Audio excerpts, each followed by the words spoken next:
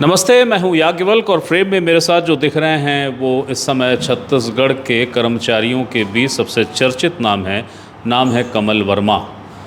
मूलतः पाटन के हैं, जहां के मुख्यमंत्री हैं, वहीं के कमल भी हैं।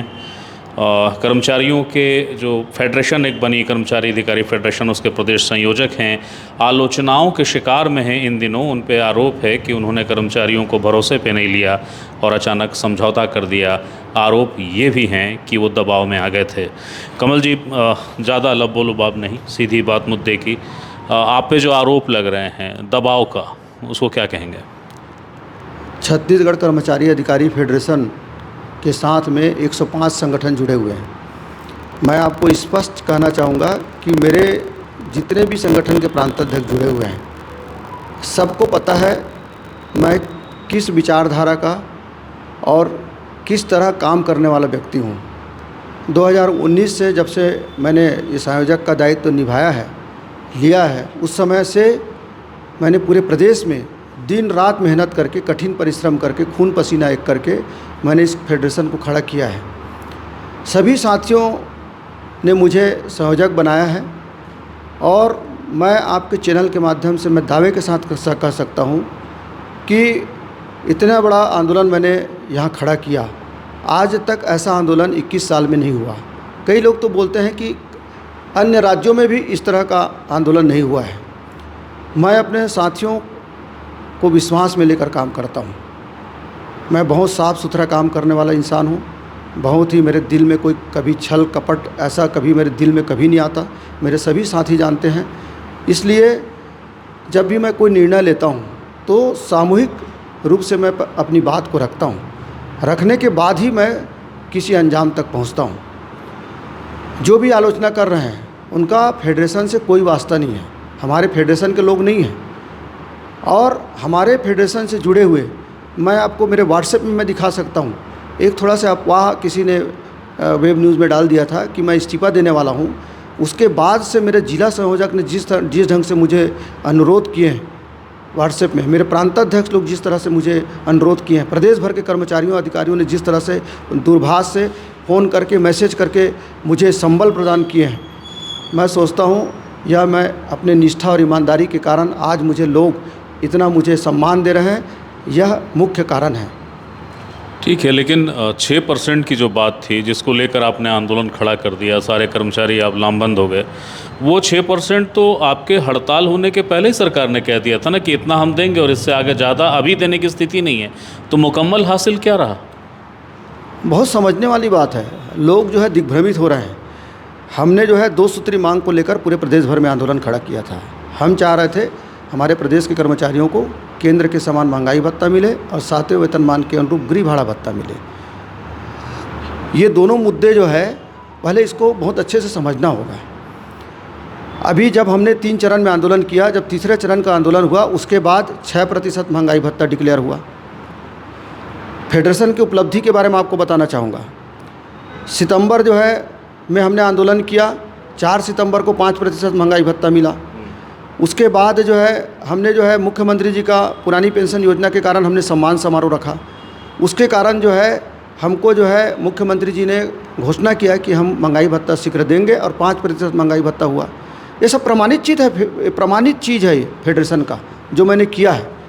5% उस समय, 5% 1 मई को, 10%, 6% अभी जारी हुआ और 3% जो है अगले महीने जारी होने वाला है।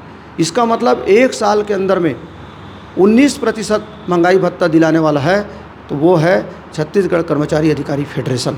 इसको हर कर्मचारी समझता है, हर अधिकारी समझता है। और मैं आपको दावे के साथ कह सकता हूँ, जो पुरानी पेंशन योजना के लिए जिस तरह हमने लड़ाई लड़ी है और उसके बाद सरकार ने हमारा सम्मान किया फेडरेशन का और हमारी बातों को रखकर मुख्यमंत्री जी ने 9 मार्च को विधानसभा में घोषणा किया, यह फेडरेशन का देन है। कोरोना काल में हमारे हजारों कर्मचारी अधिकारी इस दुनिया से चले गए। हमने जोरदार सरकार के सामने अपनी बात रखा कि ये जो 10% का जो सीलिंग है, उस सीलिंग को समाप्त किया जाए।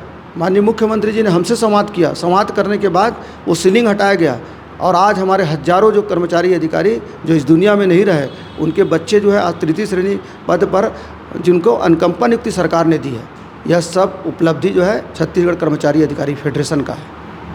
आपकी उपलब्धियों पे कहाँ कोई सवाल है? सवाल तो ये है, आलोचना का विषय ये है कि जब 6% की राज्य सरकार ने घोषणा कर दी थी और मुख्यमंत्री ने खुद कहा कि अभी आर्थिक स्थिति इस बात की इजाज़त नहीं देती, और उसके बाद आप लोग आंदोलन में आ गए।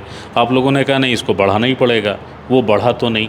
और आलोचना इस बात पर भी है कि अचानक आपने विड्रॉ किया। आप गए, रविंद्र चौबे जी के साथ आप बैठे। रविंद्र चौबे जी का जो वर्ज़न है, उस पूरे वर्ज़न में कहीं पर भी ये नहीं है कि आपकी जो मांगे हैं उसको तुरंत मान लिया गया है। ऐसा कुछ नहीं कहा है उन्होंने। यहाँ पे आलोचना, इस पर क्या कहेंगे? कहीं कुछ आलोचना नहीं है, आप समझिए बात को। देखिए, माननीय रविंद्र चौबे जी मध्यस्थता कराए इस आंदोलन को समाप्त कराने के लिए। माननीय मुख्यमंत्री जी का बार बार अपील आ रहा था, यह भी सार्वजनिक है। माननीय रविंद्र चौबे जी के कहने से हम लोग मुख्य सचिव से मिले। मुख्य सचिव के पास जब हम लोग गए थे तो प्रतिनिधिमंडल गए थे, मैं अकेला कमल वर्मा नहीं गया था। हमने जो सुझाव उनको दिया था, देखिए हम चाह रहे थे कि 2018 से जो डीए का जो एरियर्स है उसका उल्लेख नहीं हो रहा है आदेश में। हमारा मुख्य मांग ये था कि यह जो एरियर्स जो है किसका 6% का एरियर्स को बहाल किया जाए, ताकि भविष्य में जब भी डीए का एरियर्स यदि जारी हो, डीए का आदेश जारी हो, तो उस आदेश में एरियर्स का भी उल्लेख हो। तो ये हमारी सबसे बड़ी सफलता है कि जुलाई 2021 से जुलाई 2022 तक का हमने एरियर्स कर्मचारियों को दिलाने में सफल रहे। दूसरी बात, आप जो है महंगाई भत्ता की जो बात कर रहे हो, महंगाई भत्ता हम चाह रहे थे कि केंद्र के समान 12% मिलना चाहिए। जो आलोचना करने वाले हैं वो 6%, वो लोग आलोचना करने वाले नहीं दिलाए हैं। हमने 6% महंगाई भत्ता दिलाया छत्तीसगढ़ कर्मचारी अधिकारी फेडरेशन में। मैं दावे के साथ कह सकता हूँ, इस बात को मैं इसलिए और कह सकता हूँ कि जब हम जो है 6% महंगाई भत्ते से संतुष्ट नहीं थे, हमारे पूरे फेडरेशन 5 लाख अधिकारी कर्मचारी, वे अचानक जो है 22 अगस्त से अनिश्चितकालीन में जाने के लिए तैयार क्यों हो गए? यह इस बात की प्रामाणिकता है कि हमारे कर्मचारी अधिकारी वो 6% से संतुष्ट नहीं थे। जब हमने मुख्य सचिव को सुझाव दिया कि मुख्य सचिव ने कहा कि भाई अभी जो है अगस्त में हमने 6% महंगाई भत्ता बढ़ाया है, तो ये इसके लिए कुछ और सुझाव दीजिए, हमको कुछ समय दीजिए। तो हमने कहा कि दिवाली के पहले दे दीजिए। 6% का हमने प्रस्ताव दिया है, 3% का भी एक विकल्प रखा है, आईएएस के बराबर हमको कम से कम महंगाई भत्ता मिले। तो उन्होंने कहा कि ठीक है, इसमें हम विचार करेंगे। तो ये जो प्रस्ताव जो दिया गया है वो मैं कमल वर्मा ने नहीं दिया है, इसको हमारे फेडरेशन के साथियों ने मिलकर दिया है। दूसरी बात, आप जो है एचआरए की बात करिए। एचआरए 2016 से रिवाइज नहीं हुआ है, पुनरीक्षित नहीं हुआ है, और इस विषय को लगभग सभी संगठन के लोग भूल गए थे।